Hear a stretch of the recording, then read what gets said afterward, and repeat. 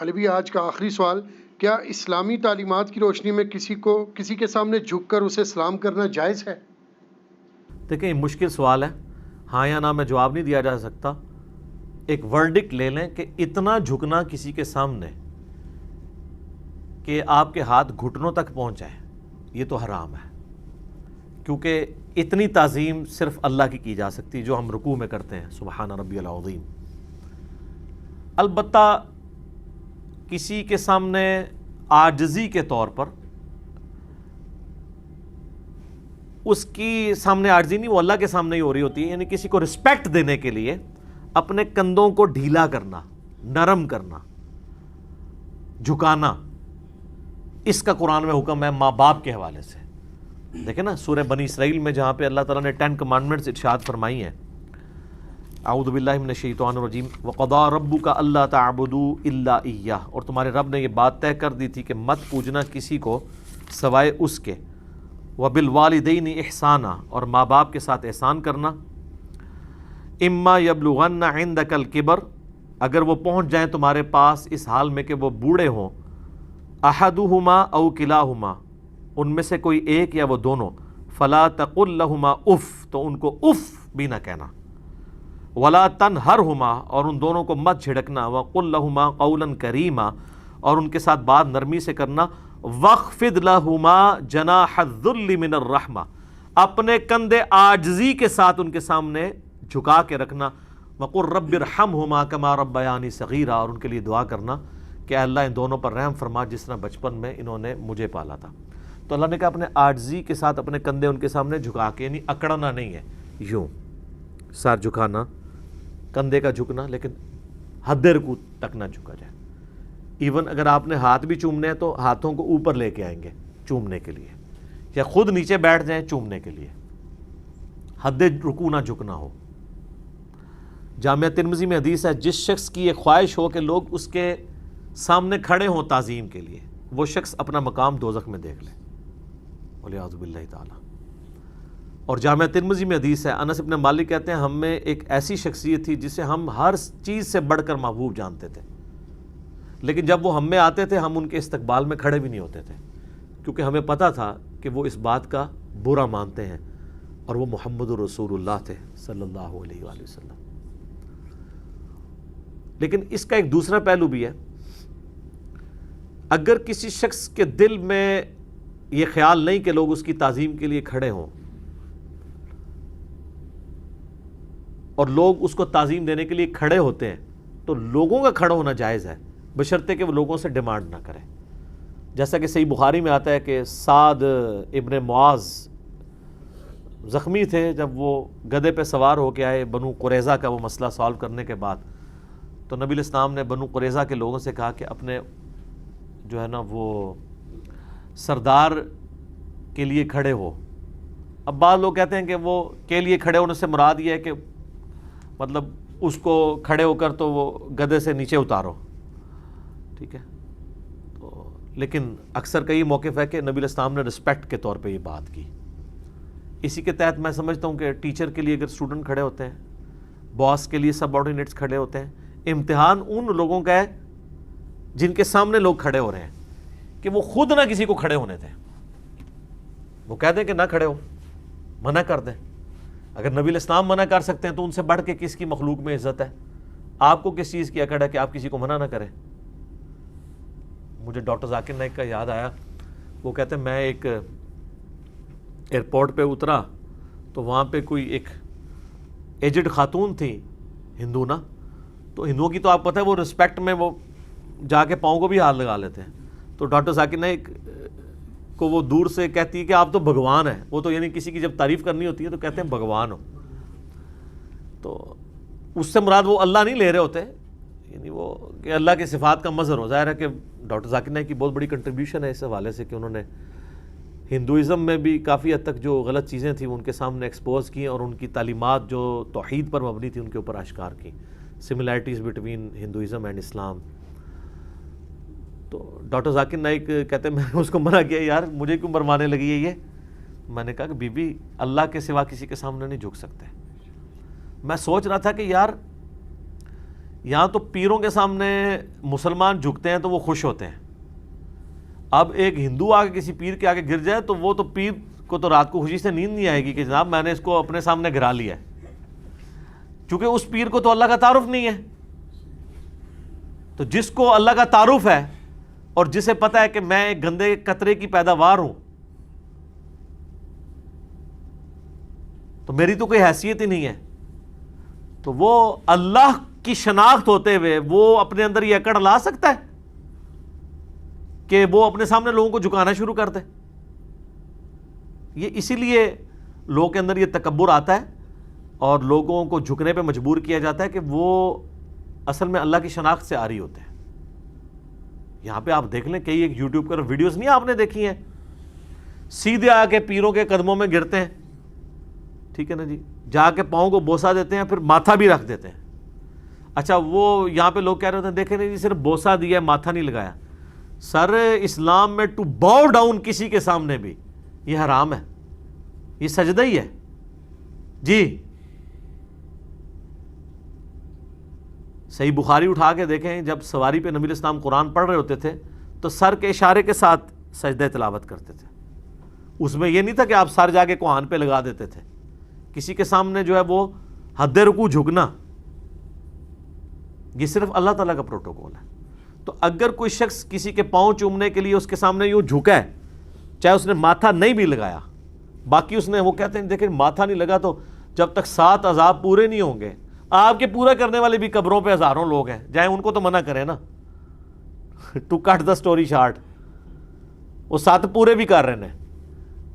میرے بھائی جب آپ کسی کے سامنے جھک گئے نا, چاہے آپ نے ماتھا لگایا یا نہ لگایا, بوسہ لیا یا نہیں لیا, رکوع سے آگے جیسے آپ گئے ہیں یا رکوع کے فارم میں بھی چلے گئے ہیں, تو آپ نے اس کو عبادت کا ایک پوسچر جو صرف اللہ کا پروٹوکول تھا, کیونکہ یہ عاجزی والا پوسچر ہے. ویسے تو کل کو کہہ سکتا ہے قیام بھی اللہ کے سامنے کیا جاتا ہے, تو وہ تو ظاہر ہے کہ وہ والا عاجزی والا پوسچر نہیں ہے. وہ تو اللہ نے ہمیں نیچرلی ایسے رکھا ہے کہ ہم اب قومے میں ہم جیسے کھڑے ہوتے ہیں ربنا لک الحمد, یہ تو ہماری عام حالت ہے, ٹھیک ہے, وہ یہ تو ہم سب کے سامنے ہی رکھی ہوئی ہوتی ہے. ہاں لیکن آپ کسی کے سامنے آپ یوں ہاتھ باندھ کے کھڑے ہو جاتے ہیں نماز والے پوسچر میں اسپیسیفکلی, یا ایون قومے والے پوسچر میں بھی وہ والی ذلت رکھ کے سامنے آپ ٹینشن ہو گئے کسی کے سامنے کھڑے ہو گئے ہیں اور آپ اس کو وہ والی رسپیکٹ دے رہے ہیں, تو پھر بہت خطرناک معاملہ ہے. اسی وجہ سے دیکھیں نا ڈاکٹر اسرار صاحب تو اس میں بڑی سختی کرتے تھے. وہ تو کہتے تھے میں تو قومی ترانے کے لیے بھی یوں کھڑے ہو کے تعظیم کرنے کو صحیح نہیں سمجھتا. ان کا جو پوائنٹ آف ویو تھا اپنی پرہیزگاری کے پوائنٹ آف ویو سے وہ بالکل ٹھیک تھا,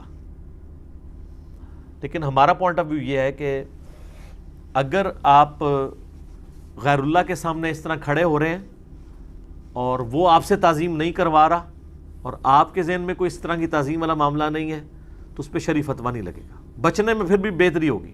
رہا رکوع یا رکوع والی شکل بنانا یا سجدے کی طرف جھکنا یا سجدے کے قریب قریب پہنچنا, تو یہ تو سر ہے ہی نہیں نا کسی اور کے لیے, یہ تو ہے ہی صرف اللہ کے لیے, اس کے لیے کوئی شرعی عذر بھی نہیں ہو سکتا. تو یہ سارے کے سارے پوسچرز غیر اللہ کے سامنے بنانا قطعاً حرام ہے اور اس میں کوئی گنجائش نہیں ہے. کسی کو برا لگے کسی کو اچھا لگے, یہ مسلمانی کا پتہ ہی اس وقت چلتا ہے. آپ نے دیکھا ہے کہ یہ بڑے بڑے علماء جو آپ کو قرآن و حدیث کی تعلیمات دے رہے ہوتے ہیں اور آپ ان کی عزت کیوں کر رہے ہوتے ہیں؟ کسی بھی عالم کی یا بزرگ کی آپ عزت کس لیے کرتے ہیں؟ کہ یہ اللہ والا ہے, اسی لیے نا. تو اگر وہ خود اللہ بننے کی کوشش کرے تو اس کی عزت کرنی چاہیے, تو یہ کرتے ہیں. آپ دیکھ لیں تلاوت ہو رہی ہوتی ہے, نعت ہو رہی ہوتی ہے, اس دوران پیر صاحب انٹری مارتے ہیں, سپیکر پکڑ کے ایک بندہ ان کے نعرے مارتا ہے, باقی لوگ استقبال میں کھڑے ہوتے ہیں. وہ اللہ سے زیادہ رسول اللہ سے زیادہ عزت اس شخص کو دے رہے ہوتے ہیں. چاٹنا اس بندے کو. اب کوئی یہ بھی کہہ سکتا ہے کہ انہوں نے تو نہیں کہا, لوگ خود کرتے ہیں, حالانکہ ان کے چھوڑے ہوئے کارندے ہوتے ہیں وہ, لیکن میں کہتا ہوں جی ان کو نہیں پتا. تو یہ تو کر سکتے ہیں نا کہ اس بندے کو کہ بیٹھ جا, اور پھر سپیکر لے کے کہیں کہ یہ جو کچھ تم لوگوں نے حرکت کی ہے فوراً توبہ کرو, تم نے اللہ رسول کے نام کے دوران میرے لیے کھڑے ہو کے نعرے لگائے ہیں, سب پہ توبہ واجب ہے. اور پھر اجتماعی توبہ کرائیں, جس طرح اجتماعی بیعتیں لے رہے ہوتے ہیں چندے بٹورنے کے لیے, اجتماعی توبہ کروائیں. کہیں ہوتے دیکھا آپ نے یہ؟ یہ اس سسٹم کا مزہ لے رہے ہوتے ہیں. کل کو کوئی ان کے اوپر بات کرے گا نا تو یہ اپنی بات ہی بدل دیں گے. یہ تو ایسا نہیں تھا. تو میں ان کو گھر تک پہنچا کے آ رہا ہوں کہ اگر یہ چیز ہو تو پھر یوں بھی ہو. میں آپ کو اپنے ایکس پیر و مرشد کی بات بتاتا ہوں. جب وہ یعنی دنیا کی شہرت کی ہوا نہیں لگی تھی انہیں, یہ باپا جانی الیاس قادری صاحب دعوت اسلامی کے, میں نے وہ آڈیو ریکارڈنگ سنی ہوئی ہیں. میں ان اجتماعات میں خود گیا ہوا ہوں. پہلے تو ان کی کیسٹ آتی تھی نا, ویڈیو بنانے کو یہ حرام سمجھتے تھے. پچھلی صدی کی بات کر رہا ہوں میں, 21ویں صدی ہے, 20ویں صدی کی, 90s کی, 1981 میں انہوں نے بنائی ہے نا. اگر کوئی شخص بھولے سے بھی آڈینس میں سے نعرہ لگاتا تھا نا الیاس قادری زندہ باد, سپیکر میں نہیں سر, آڈینس میں, جس کی آواز صرف چند لوگوں نے سنی ہوتی تھی, باقی ہزاروں کے مجمع نے نہیں سنی, تو الیاس قادری صاحب سپیکر پکڑ کہتے تھے الیاس قادری مرد آباد. وہ کہتے تھے زندہ باد تو صرف اللہ ہے, میں نے تو مردہ ہو جانا ہے. حتیٰ کہ انہوں نے اپنے گھر کا نام رکھا ہوا ہے بیت الفنا. آج بھی نام وہی ہے, فنا ہو جانے والا گھر. اپنے گھر کا نام انہوں نے بیت الفنا رکھا ہوا ہے, لیکن آج وہی الیاس قادری صاحب ہیں. میڈیا کی ہوا لگی ہے. ان کے ساتھ بیٹھ کے زمین و آسمان کی کلامیں لوگ ان کے بارے میں ملاتے ہیں. اتنے ناگہانی قسم کے, طوفانی قسم کے واقعات ان کے بارے میں بتاتے ہیں کہ جو کرامات آپ نے پرانے بزرگوں کے بارے میں سوچی بھی نہیں ہوں گی, اور وہ بیٹھ کے سنتے رہتے ہیں ان کی بیعت کی ترغیب دلانے کے لیے. اور پبلکلی وہ کھانا کھانے کے بعد اپنے منہ کی ہڈیاں ٹیشو پیپر سے پوچھا ہوا یہ چیزیں, یہ ساری چیزیں لوگوں میں تبرکن تقسیم کر رہا ہوتا ہے. تو یہ تھیندے بندہ تھی جاتا ہے. وہ تھیتا اسی لیے ہے کہ جس چیز کی بنیاد اور تزکیہ قرآن کے اوپر نہ ہو بلکہ بزرگوں کی تعلیمات پہ ہو, الٹیمیٹلی وہ کہیں نہ کہیں آگے دھوکہ کھا جاتا ہے. جو کوئی تزکیہ, نفس کی صفائی, اللہ کی معرفت قرآن کے ذریعے حاصل کرتا ہے نا, وہ کبھی بھی ڈیسیو نہیں ہوتا. یہ فرق ہے, کیونکہ قرآن انسان کی کمر توڑ دیتا ہے, اس کا تکبر توڑ کے رکھ دیتا ہے. وہ کبھی اپنی عبادت کروانے کا سوچ نہیں سکتا. اور آپ اگر کہیں کہ ان لوگوں نے قرآن پڑھا ہوا ہے, انہوں نے کہاں قرآن پڑھا ہوا ہے میرے بھائی. ان کے بزرگوں نے بھی 8 جلدوں کی تفسیریں قرآن کی لکھ دی ہیں, لیکن قرآن یہ پڑھا ہے کہ ایاک نعبد و ایاک نستعین کی تفسیر میں انہوں نے یا شیخ عبد القادر جیلانی مدد ثابت کیا ہوا ہے, یہ تفسیر لکھی ہے. تو جو قرآن کے پہلے صفحے کی تفسیر یہ لکھ رہا ہے 180 ڈگری, آگے جا کے قرآن سے اس نے کیا حاصل کرنا ہے. تو یہ قرآن کی تفسیر ایک فن ہے, چاہے آپ وہ قرآن کی تعلیمات کے مطابق کریں یا اس کے اپوزٹ کریں.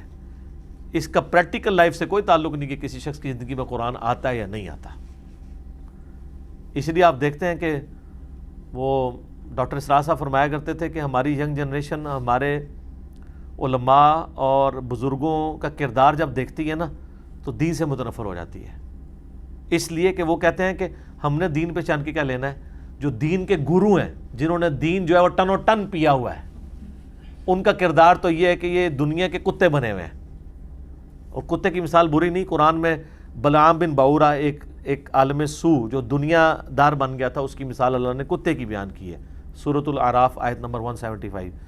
تو کہتے ہیں جب اپنے وہ علماء کو دیکھتے ہیں کہ یہ دنیا کے ہم سے بھی زیادہ حریص ہیں, تو کہتے ہیں اگر قرآن و حدیث پڑھ کے ہم نے بھی یہی کچھ بننا ہے تو ابھی تو ہم ان سے بہت بہتر ہیں, تو ہم مزید کوئی قرآن حدیث پڑھ کے نا بدتر نہ ہو جائیں. وہ یہ سمجھ رہے ہوتے ہیں, لیکن ان بیچاروں کو نہیں پتا کہ ان لوگوں نے قرآن حدیث کوئی نہیں پڑھا ہوا, انہوں نے ایز اے نالج ہی پڑھا ہوا ہے. قرآن حدیث نالج کے پڑھنے کی چیز نہیں ہے. وہ تو آپ امریکہ میں چلے جائیں تو آپ کو اسلامیات کے پروفیسر یہودی بھی مل جائیں گے, ہاں جی, جو اسلامیات کو ایز اے سبجیکٹ پڑھاتے ہیں.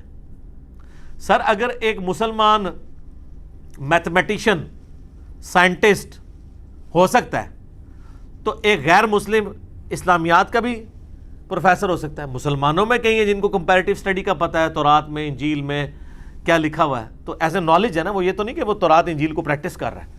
اس طرح یہودیوں میں بھی ایسے پروفیسرز موجود ہیں, کرسچنز میں, جو اسلامیات کو ایز اے سبجیکٹ اور سر نبی علیہ السلام کی بایوگرافی پہ کتابیں لکھی ہوئی ہیں غیر مسلموں نے, وہ ایز اے نالج انہوں نے اس کو پڑھا ہوتا ہے اپنے اوپر امپلیمنٹ کرنے کے لیے. اگر جو پڑھتے ہیں ان کو اسلام بھی مل جاتا ہے, اور جو امپلیمنٹ نہیں کرتے تو یہودی مر جاتے ہیں, مولوی مر جاتے ہیں.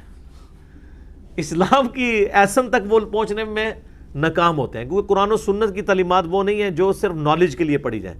یہ وہ تعلیمات ہیں جو پریکٹس کے لیے پڑھی جاتی ہیں, اور جو پریکٹس کر لیتا ہے نا سر, پھر اللہ تعالیٰ اس چیز کی پرواہ نہیں کرتا کہ وہ کسی مسجد کا امام ہے, کسی پیر خانے کا گدی نشین ہے, وہ کسی جماعت کا امیر ہے. اللہ تعالیٰ ان چیزوں سے بے پرواہ ہے. پھر وہ مودودی ہوگا, وہ ڈاکٹر اسرار ہوگا, وہ احمد دیداد ہوگا, اللہ تعالیٰ اس کو کہاں سے اٹھا کے کہاں تک پہنچا دے گا. یہ ان مدرسوں کے تو آؤٹ پٹ نہیں ہے. تو یہ دین پریکٹس کرنے کا نام ہے, نہ کہ اس کو ایز اے نالج پڑھنے کا اور لوگوں پہ علم جھاڑنے کا, اور تقریر کرتے ہوئے مشکل اردو کے اور عربی کے الفاظ تجوید کے ساتھ بولنے کا نام ہے کہ اگلے بندے کو وہ روب پڑ جائے کہ پتہ نہیں انہوں نے کیا کہہ دیا آگے سے. آپ نے دیکھا نہیں کتنی مشکل الفاظ استعمال کرتے ہیں, پھر کہتے ہیں ہماری ویڈیوز کو دیکھتا نہیں. بھئی آپ کی ویڈیوز جو ہے وہ سمجھ نہیں کسی کو آنی, کس نے کیا دیکھنی ہے. ٹھیک ہے, بس وہ سبحان اللہ ہی کہتے رہ جاتے ہیں. جس طرح کہ یہاں کے اجمی لوگ جب عربیوں سے گالیاں بھی سنتے ہیں تو سبحان اللہ کہتے ہیں, وہ سمجھتے ہیں قرآن ہی پڑھ رہے ہیں وہ. تو یہ بیچارے بھی آپ کے مشکل الفاظ کو بس وہ سبحان اللہ اسی طریقے سے کہہ رہے ہوتے ہیں, ان کو سمجھ کوئی نہیں آ رہی ہوتی ہے.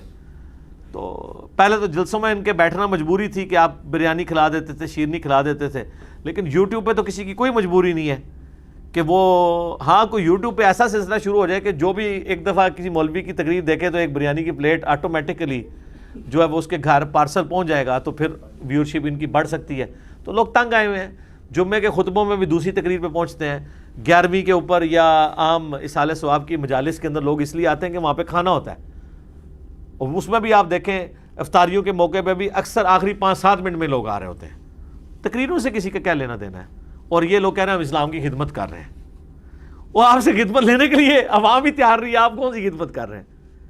وہ اسلام کی خدمت کر رہے ہیں, یعنی اپنی خود خدمت کر رہے ہیں, اپنی خدمت کر بھی رہے ہیں اور کروا بھی رہے ہیں. اللہ تعالیٰ ہمیں اس فتنے سے محفوظ فرمائے. اللہ تعالیٰ سے دعا ہے جو حق بات میں نے کہی اللہ تعالیٰ ہمارے دلوں میں راسخ فرمائے. اگر جس بات میں میرے منہ سے کوئی غلط بات نکل گئی, اللہ تعالیٰ ہمارے دلوں سے اسے دور کر دے, ہمیں معاف بھی فرما دے, ہمیں کتاب و سنت کی تعلیمات پر عمل کر کے دوسرے بھائیوں تک پہنچانے کی توفیق عطا فرمائے. سبحانک اللہم و بحمدک, اشہد ان لا الہ الا انت, استغفرک و اتوب الیک, وما علینا الا البلاغ المبین. جزاکم اللہ خیرا.